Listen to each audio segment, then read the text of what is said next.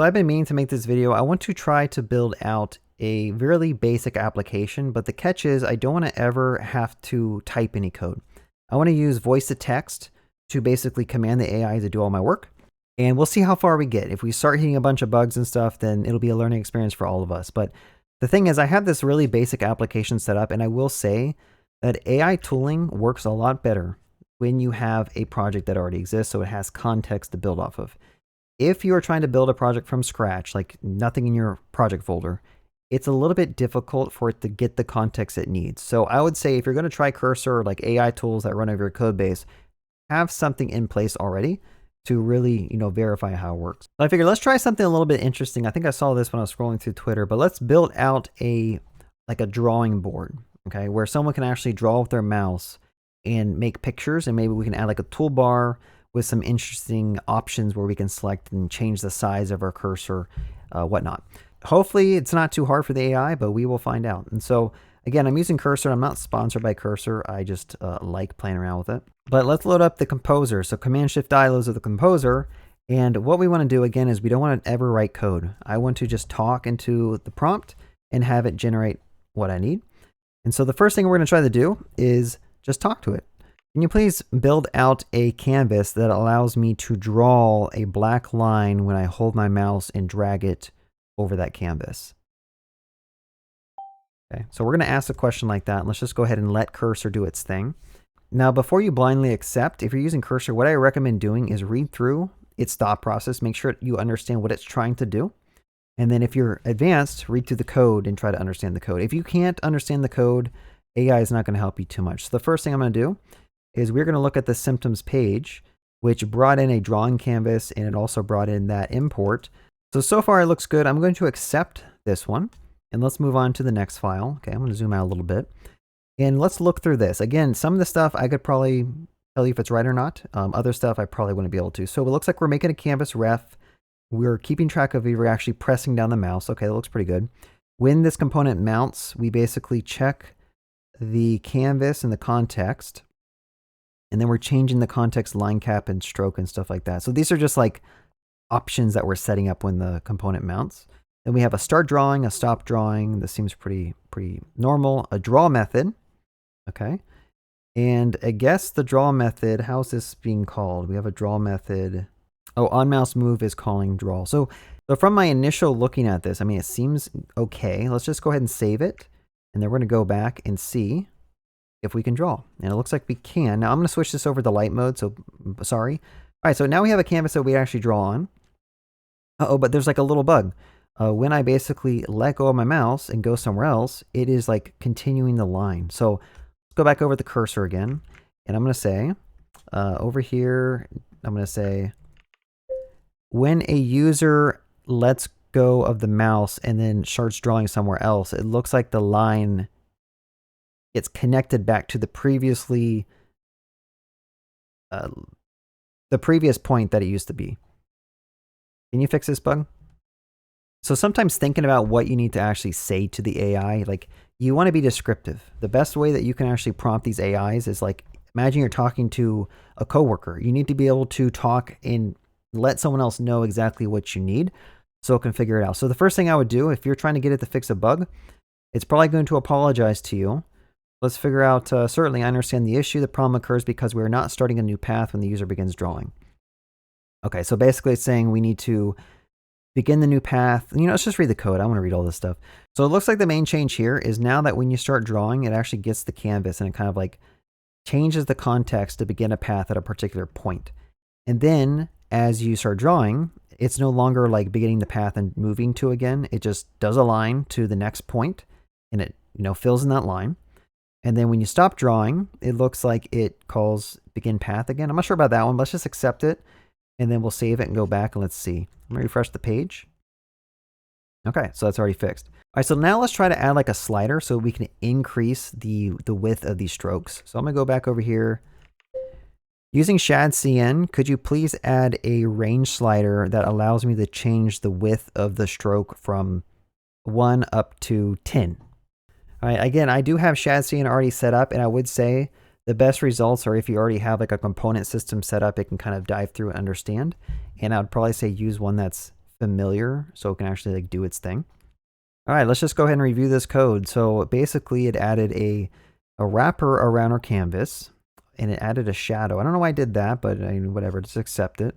And then over here we have a slider component that it's importing and it has it starting at 2.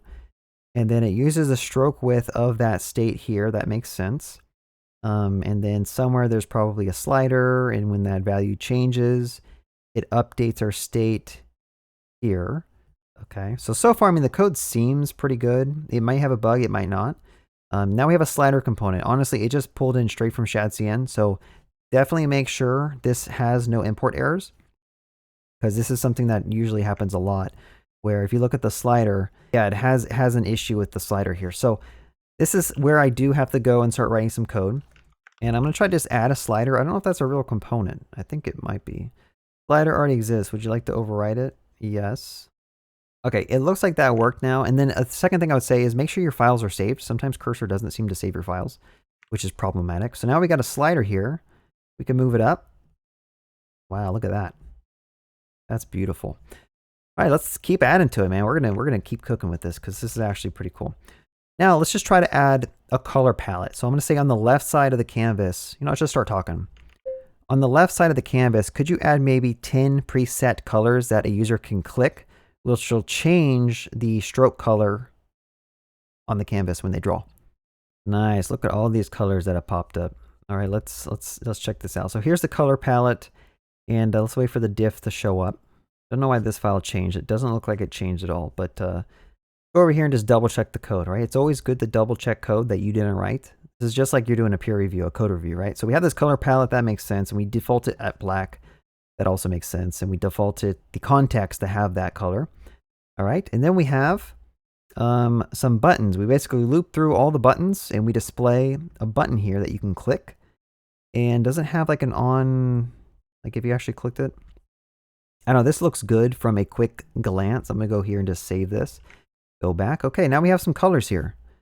Pretty cool. Awesome. We actually have like a drawable UI board that we can do something really interesting with. All right, now let's try to add the ability to export this as an image. That might be pretty cool to have a button up here that you click and it just like, exports this canvas. So let's go back to cursor. Can you add a button in the top right of the canvas that allows a user to convert the canvas to a PNG and downloads it to their computer?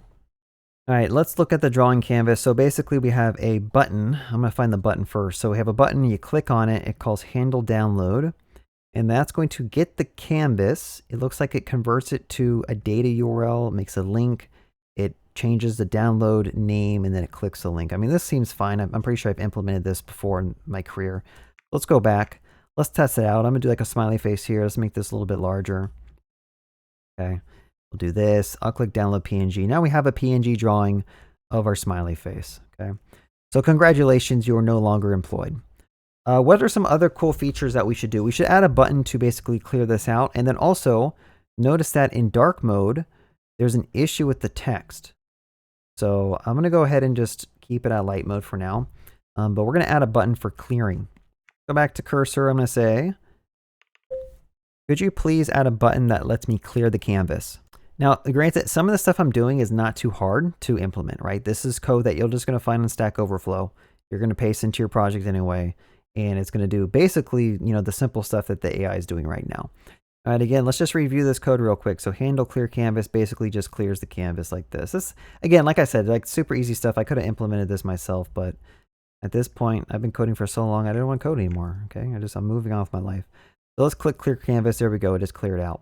So now, what if we added like an undo redo functionality? So let's just go and try to add that. Let's see if Cursor can handle that hard request for us. I'm going to go and say, okay, let's go here. Would you be able to add some type of undo redo functionality which pushes changes onto some type of stack and allows us to remove things from the stack as the user clicks undo and redo to remove them from the canvas? So this request, it's a little bit more challenging, I would say, but I mean, I don't think it's going to have issues because this is something that I'm sure many people have implemented before, and this is probably just grabbing example code from somewhere. Okay. All right, so the composer keeps having some technical difficulties applying the changes to the file. So we're going to go back to the chat mode here. So I'm going to go ahead and just paste in that same question and run it over this particular file. And hopefully that'll give us some better results. I will say the composer mode is beta, and so you should expect bugs, right? It is beta, it's not perfect. And so you'll see it gave us like some examples of how we can do this with an undo and redo stack. And so I'm just going to go ahead and click on the file and click apply. And then now we actually see like a diff of all that apply code. So let's just go ahead and accept it. And then we will save the file and we'll go back to our browser here. All right, let's just go ahead and draw some things. Can we undo? Sure can. I don't know why it takes 2 clicks. It's kind of weird. You can undo. You have to click it twice. And then you can redo by clicking it twice. So let's go back to the chat and just try to get this fixed. For some reason, I have to click undo or redo twice before it changes anything on the canvas. Can you fix that?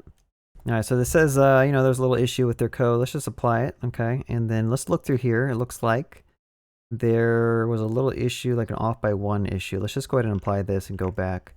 Just draw some things and then click undo. And it's still not able to do this. I still have to click it a couple times. And so again, the point of this video is to show you what are the capabilities of Cursor, like where is it pretty good at, where do you have to actually use your expertise and try to understand. So now I'm at the point where it's like, okay, we could try to look at handle undo and just try to understand more about what's going on. I would highly recommend that you understand the code that it's writing because you will have to maintain that code, right? You can't just blindly let AI write your stuff, at least yet. And you still need to be an expert at what you're trying to do, right? Before you get found out and someone fires you for not actually understanding code. All right, so again, Cursor can't do everything. AI can't fix everything. You're going to have to get into the weeds of fixing implementations and bugs. But right now, like we were able to create quite a lot with literally just talking into my microphone, and it did all that for me. So now I actually have to use my brain and come through here and understand how this code that I generated works, which luckily I've been coding for a while so I can figure this out. And if you're a beginner, you'd probably get stuck for a lot longer than me.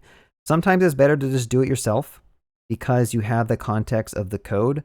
Versus now I just have to go and understand all this code. I mean, we have like over 200 lines of code that I didn't write.